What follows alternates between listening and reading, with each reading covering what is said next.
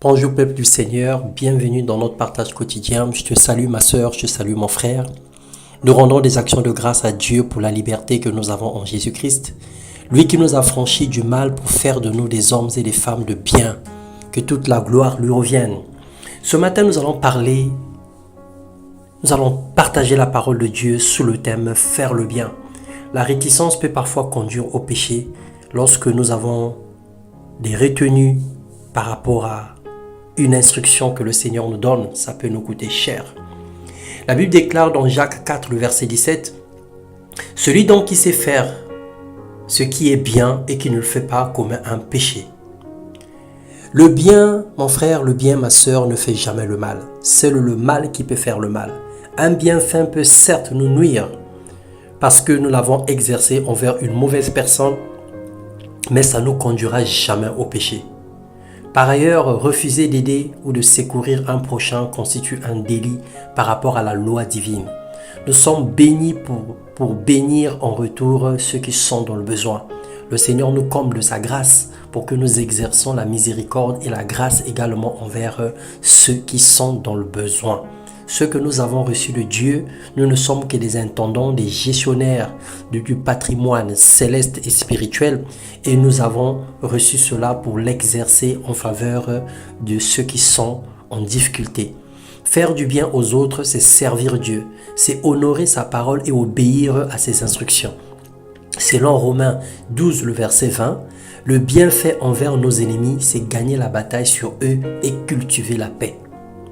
Et selon Marc, chapitre 9, le verset 21, le bien accordé à un enfant de Dieu ou à un chrétien, c'est prêter ou donner à Dieu.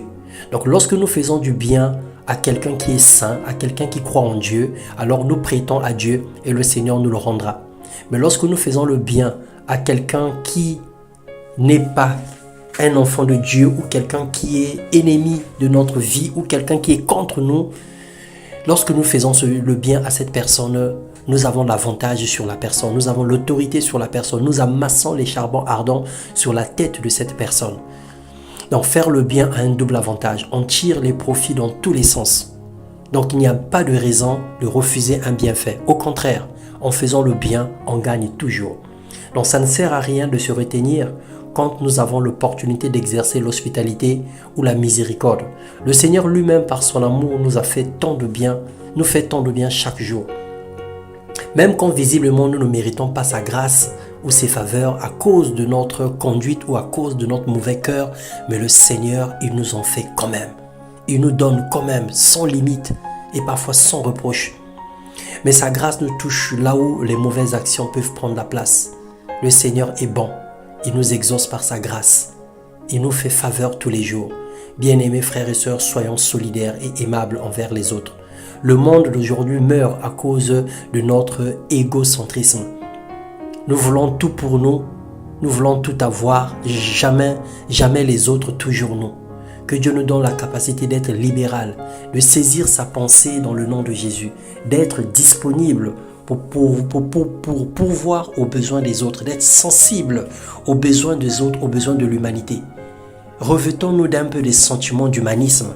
Regardons autour de nous. Quelquefois, nous jetons de la nourriture. Quelquefois, nous jetons des vêtements. Quelquefois, nous dilapidons de l'argent dans des mauvaises choses qui ne peuvent pas donner la vie. Alors qu'à côté de nous, nous avons des gens malades. Nous avons des personnes qui ont besoin quelquefois d'un seul comprimé de Doliprane. Il y a des personnes quelquefois qui ont besoin juste d'un morceau de pain ou même encore d'une vieille paire de chaussures. Exerçons de l'amour, exerçons la libéralité, l'hospitalité envers tous, sans exception. En faisant cela, nous servons le Seigneur et nous répondons aux besoins des dieux dans les cœurs des hommes et des femmes. Il y a des personnes qui prient nuit et jour, qui demandent de l'aide. Il y a des personnes qui sont dans une souffrance, dans une difficulté intense et qui n'attendent plus que le Seigneur puisse exaucer leurs prières. Alors soit la réponse à la prière d'une personne qui souffre, soit le résultat à l'équation d'une personne qui est en train de croupir, qui est en train de gémir chaque jour. Que le Seigneur te bénisse et qu'il augmente la sensibilité que tu as envers les situations autour de toi, mais qu'il te donne aussi le discernement afin que tu saches donner là où le besoin y est réellement. Dans le nom puissant de Jésus-Christ. Amen.